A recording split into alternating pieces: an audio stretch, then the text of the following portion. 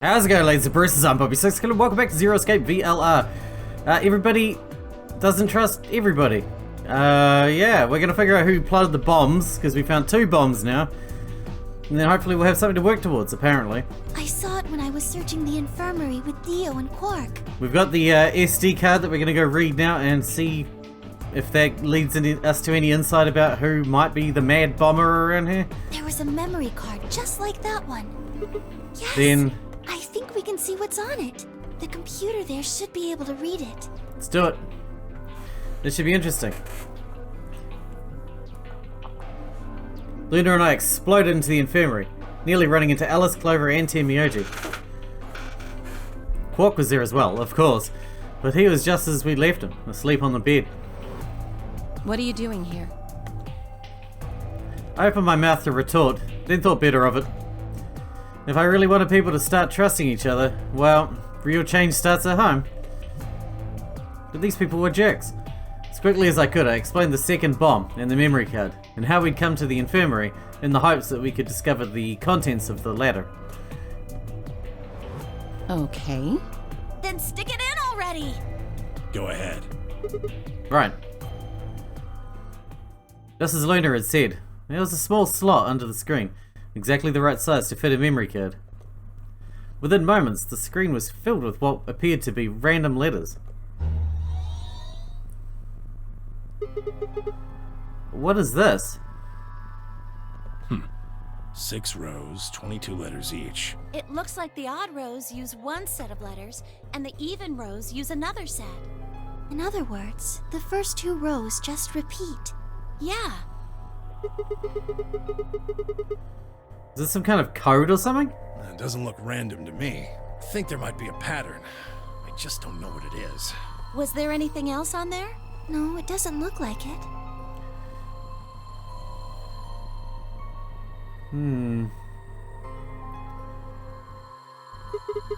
So all we get is this gibberish? Hey Alice, you haven't seen anything for a while. What's up? Does any of this look familiar to you, Clover? What do you mean? Have you seen something like this before? Maybe during your training? Training? This is... So you do recognize it. All right, knock it off, you two. How about you share it with the rest of the class? Alice sighed and stretched her neck from side to side. God, I hate Alice. I hate her so much. I believe this is an encoded message from a terrorist organization. What? They call themselves the Myrmidons. Myrmidons. For some reason I felt like I'd heard that name before. Yeah, same. What are the Myrmidons? Put simply, they're a bunch of thugs who are trying to destroy or dismantle most of human civilization. Well, it sounds like it worked. So this thing we're looking at, you think it's theirs? Well, they have a number of different codes, but I do think this is one of them. Then the bomb?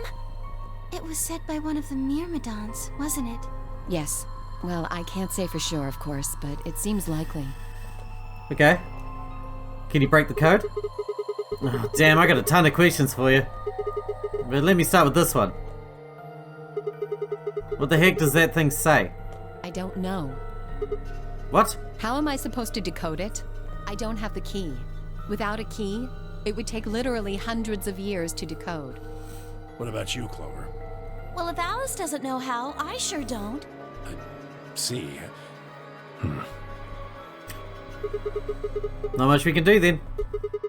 We can come back to that code stuff later. I've got another question. Alice, Clover, who the hell are you? Why do you know about this code? That's... You told me your job was to eliminate enemies of the state or something like that. Just what the hell kind of a job is that? I think it's time you told us what you do.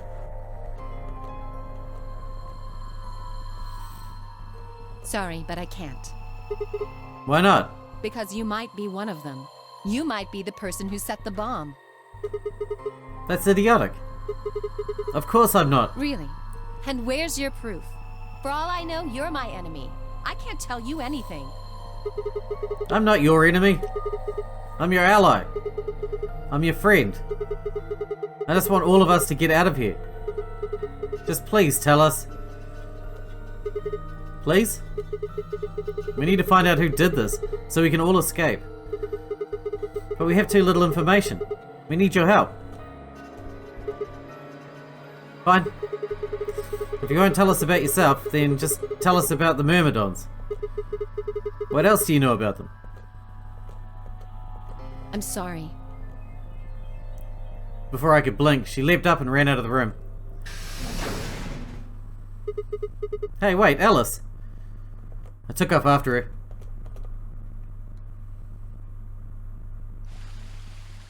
Oh, this room again. How long are you going to keep following me? Until you tell me what you know. Then why don't you just ask Clover? Clover? You already know she works with me. Well, yeah. Then why don't you... I want to hear it from you. Why? That's a good question. Remember the crew quarters? Or this garden? We got paired up for 2 separate rounds. That means I've spent more time with you than anybody else here. Maybe that's it. I guess I'm just curious about you. What are you talking about? She spun around to hide it, but I caught a blush of red on her cheeks. We walked down the path to where it ended, next to the pond.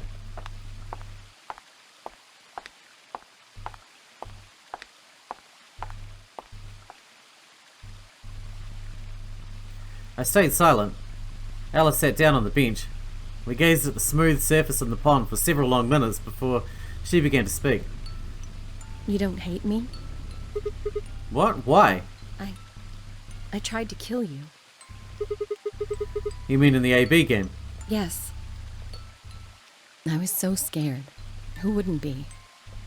Kidnapped and locked up, forced to play some sort of bizarre game. Aren't you like a spy or something? Come on. You're trained to handle that kind of shit, right? And then we found that bomb. I know I probably sounded calm, but as soon as we found that thing, all I wanted to do was run away from it as fast as I could. Things just went downhill from there. What do you mean? I remember hearing that Quark had collapsed and running to the infirmary with everyone else. When I got there, I realized I couldn't understand what anyone was saying, and everything looked... I don't know how to describe it. It was like watching a video on fast forward, only it was real. Then I started to feel like... It's hard to explain. I guess you could say I didn't feel like I was myself, and it only got worse. That was probably the Radical 6. Yes, I think so. I don't remember much after that. But when I woke up in the infirmary, suddenly all that fear was back. So all I could think about was getting out of this place as fast as I could. It never even crossed my mind that it could kill you. God help me, even if it had, I don't think I would have cared. See? I'm horrible. I know. You hate me, don't you? No. Just do it! What? Do what? Kill me! Get it over with! What the hell, Alice? I'm not gonna kill you. I don't even hate you. You're lying! I could have killed you. I would have killed you. Come on, calm down. No one's killing anyone.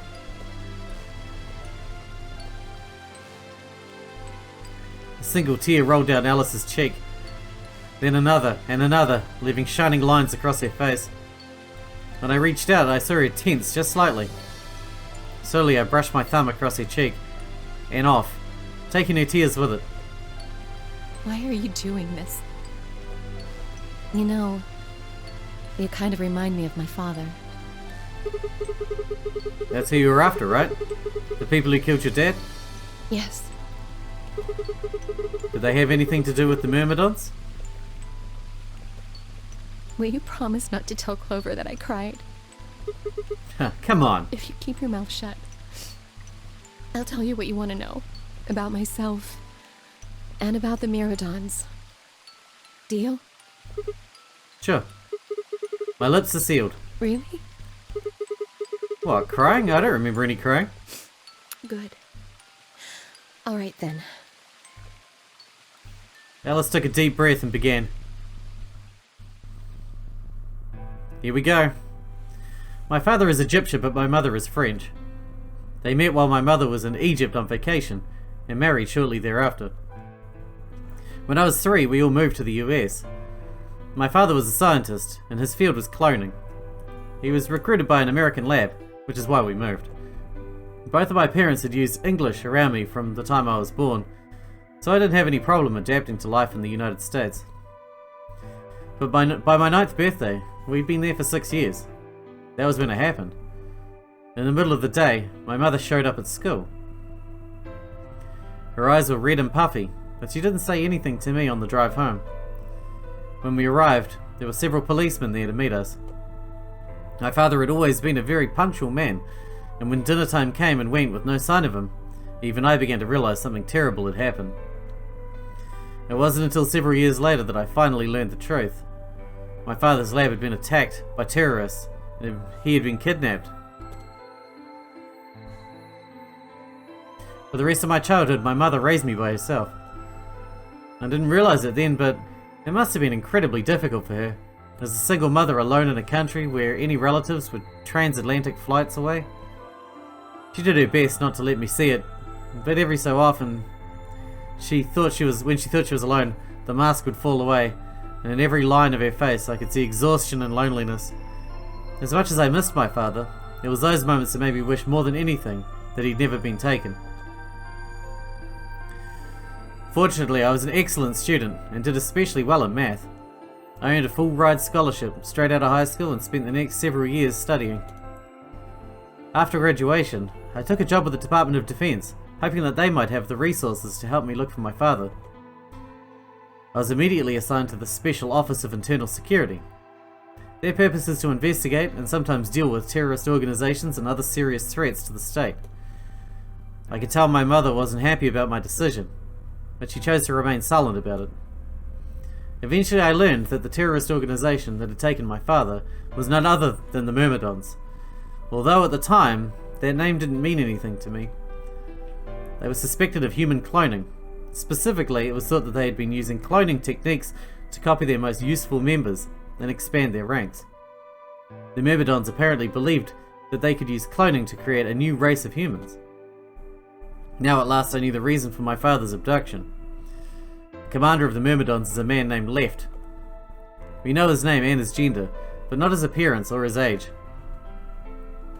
The Myrmidons are closely associated with a cult known as Free the Soul.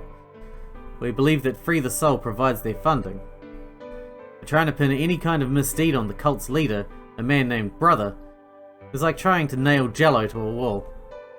Brother is supposed to be fairly advanced in years, and rumors say he's so old he can't even get out of bed. Unfortunately, his mind seems to be as sharp as ever. At that point I hit a wall. I knew the Myrmidons had been behind my father's kidnapping, but that was all I could learn about them. Then one day I got a tip that some of them were hiding in a building in the Nevada desert. I headed out immediately. On the way there, my car had some engine trouble and stalled out. I was trying to decide what to do when an SUV appeared out of nowhere. That's Clover's one, right? I'll give you one guess who was behind the steering wheel. Clover. That was the first time we met. There were 4 other people in the car with her, and when I asked them what they were doing, I got what I was just about the last answer I'd expected. They told me they'd been locked up inside of that very building I'd been on my way to investigate, and that they were currently in pursuit of the people who had kidnapped them in the first place. My priority shifted very quickly. After a short discussion, I convinced them to allow me to come along. My hope was to find the people they were chasing, who I was certain were the Myrmidons. Well, that's the main characters. The main character from the last game, whose name I've already forgotten, and Akane, or June. In the end, however... Oh, and Santa. Whatever his real name was, I can't remember. However, we were unable to track them down. In fact, I still don't know where they might have gone. Eventually, I took Clover and her companions to SOIS headquarters. We decided that involving the police would only complicate things. After some questioning, it was determined that the people who had instigated this particular event were not connected to the Myrmidons. We did, however, discover that in the mysterious disappearance and subsequent reappearance of several children 9 years prior was connected to Free the Soul. Ah. So the original one that was connected to the pharmaceutical company was also connected to Free the Soul. There was also a sixth person in the SUV, although they weren't riding in it per se. Oh, that was Ace, isn't it? A middle-aged man, who I'll just call H for now, had been bound and placed in the trunk. Yeah, Ace. I can't remember what his real name was either. According to the other four, he had been behind the disappearance of the children 9 years earlier. We also learned that his pharmaceutical company, a major player on the world stage, was effectively controlled by Free the Soul. Ah, okay. That's new information. More specifically, I suppose, H was a member of Free the Soul and very committed to their cause. So why had he kidnapped all those children? Apparently it had been part of an experiment designed to test the abilities of certain people to access what's called the morphogenetic field. I don't imagine you've ever heard of it before, so I'll try and give you a quick rundown. Simply put, these people can access a sort of field that allows their consciousness to resonate with the consciousness of certain other people. To be honest, it might be simpler just to call it telepathy. The SOIS had heard of this particular ability before and had actually used it in a number of investigations, so I wasn't surprised to learn of its existence. I was shocked, however, to learn that these experiments had been carried out by a member of Free the Soul.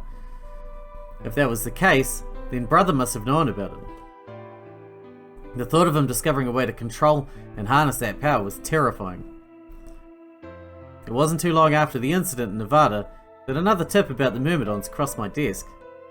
This time it claimed that the Myrmidons intended to launch a large-scale biological terrorist attack. My bosses decided that we needed more agents to deal with a threat of that magnitude, and Clover was recruited. Because she'd been a test subject in H's experiment, we knew that she had the ability to access the morphogenetic field, and we wanted to put that ability to use. After several months of training, she was sent on her first mission. She would be tasked with the infiltration and investigation of a Myrmidon cloning lab. I was assigned to be her commanding officer. I hoped that our investigation might also give me a lead on my father's whereabouts. At last I had a chance to find out what had happened to him. I wouldn't let that chance pass me by. Perhaps that was what kept me from noticing the truth. The whole operation was a trap. The lab was fake and Clover was captured almost immediately. I got there as fast as I could, but when I arrived the building was only an empty shell. All of the conspirators who had pretended to be researchers and the like had already fled.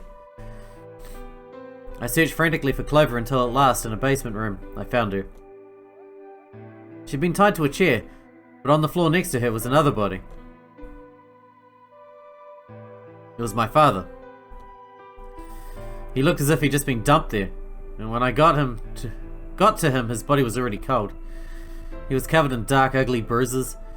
It wasn't until later that I learned that he had died from ruptured organs and internal bleeding. They'd beaten him to death. As soon as Clover had been captured, a Myrmidon in a mask had come to visit her. He said that unless she wanted to end up like my father, she would leave them alone, and tell her masters that the SOIS to do likewise. In retrospect, they must have known who I was, and who my father was. That was why they'd killed him. Perhaps they thought they were sending a message to me. Or that once he was gone, I'd lose my reason for chasing them. They were very, very wrong.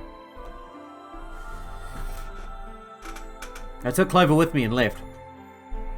I tried to console myself with the fact that I had at least been able to save her.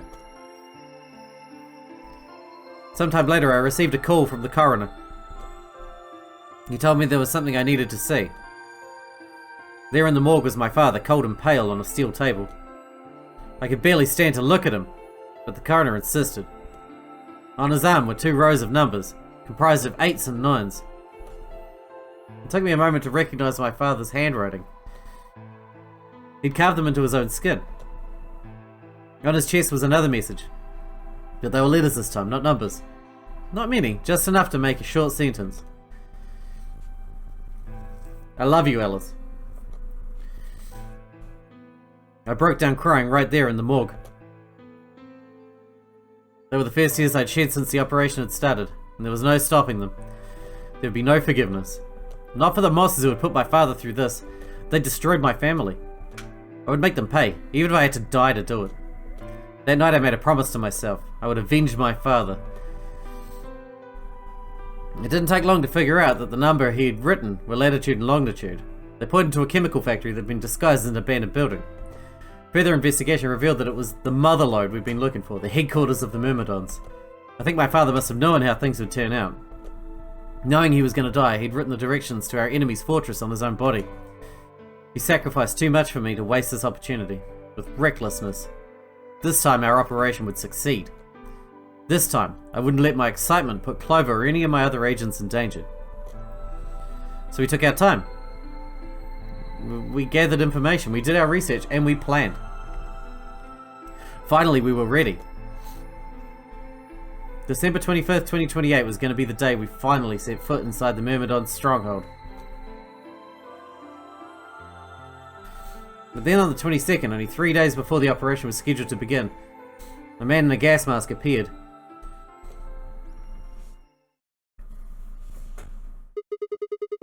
So you inhaled the gas, passed out, and woke up here, in the AB room? Yes. Well, there it is. Everything that's happened with the Myrmidons and me. I left a few of the details out, of course, but you get the idea. Yeah. Thanks. She gave me a sad sort of smile, and stood up.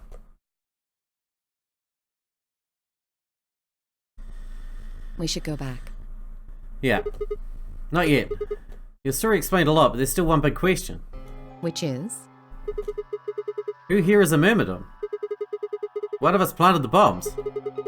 And based off the code we found, it's pretty clear that person is a Myrmidon. Right? Yes. And I agree that we need to figure out who they are. What do you propose we do? Well, that's what I want to ask you about. Do you have any clues? Clues? Well, if I could decrypt that code, it might tell us something, but... How can we do that? I told you. We need a key. Without that, it's pointless. What's a key? A key is a key.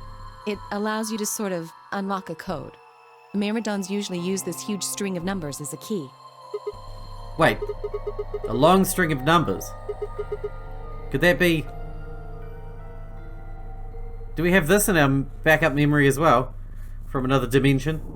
No, we do not. Another dimension, another dimension, another dimension. Alright, we're gonna have to pick a new path now.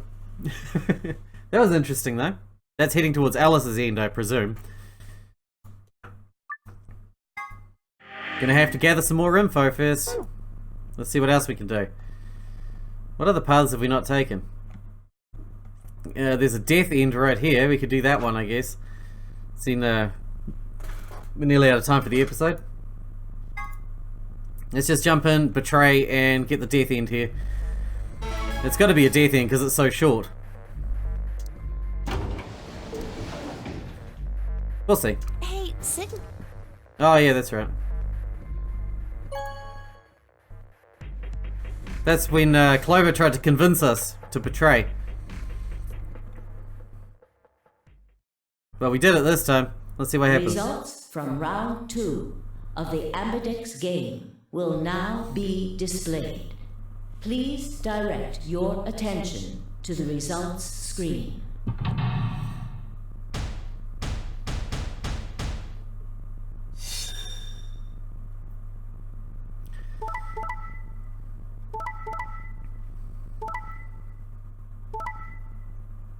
Take that, Tim Miyoji. You piece of crap. Last time we did this, you betrayed me, so go to hell. I don't feel bad. Please check your bracelet. I only feel bad when it's Luna.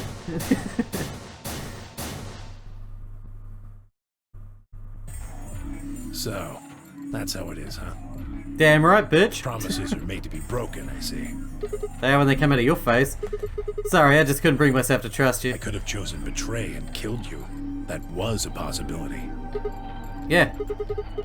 After all, you did choose betray in the last round. That was a completely different situation. How? In any event, your idiotic paranoia has given Clover 9 BP. Oh, okay, it's one of those endings Intend to deal again. with that. Don't worry. She'd never try and open the... Really? Then what's that? Look, I believe she's standing in front of the number 9 door right now. What the hell? No, no way. Of course she's going to. Can't trust any of these people.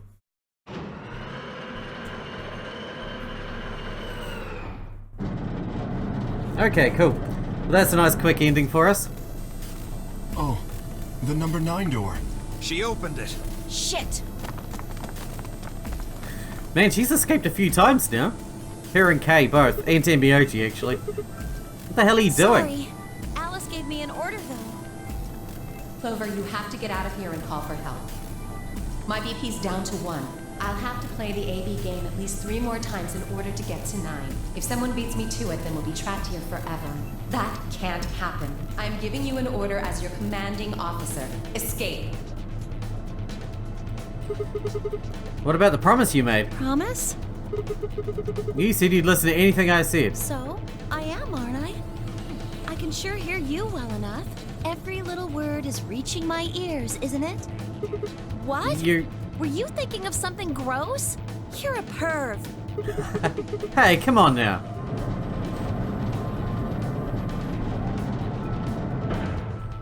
Bye-bye. This is pretty much what I expected to happen. The number 9 door has been opened. It will remain open for 9 seconds. Anyway, I did what I promised, so I'll be heading off now. Okay. Clover! See you later. Clover!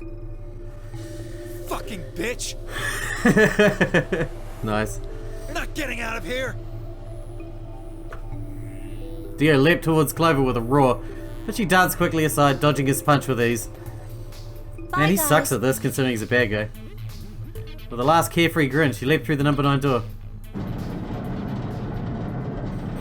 Cool. We got time to kick into another one, I think. Depending on how long the "oh no, she's left and we're all gonna die" thing goes on for.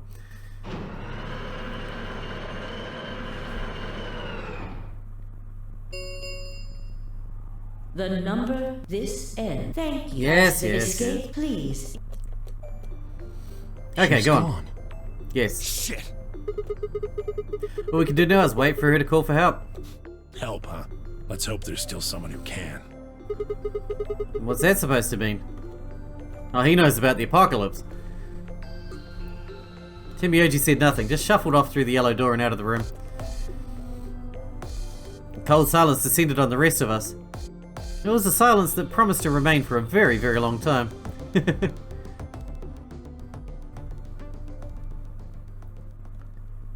Bad end. Or game over. Yeah, get it, game over. Cool. We got time to jump into another one.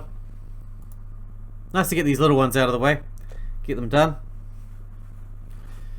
Come on, you. Let's move. There is much to be done still. We're 22 and a half hours in and there is still much to be done. Like, this one here is hardly even touched. Actually, we're kind of at a point where we have to pick one of the long paths now. So maybe we'll leave that until the next episode. Or maybe we'll start here and work our way down this path. Yeah, till then, I hope you guys enjoyed it. Thanks for watching. Thanks for getting out with me, and I'll see you in the next one.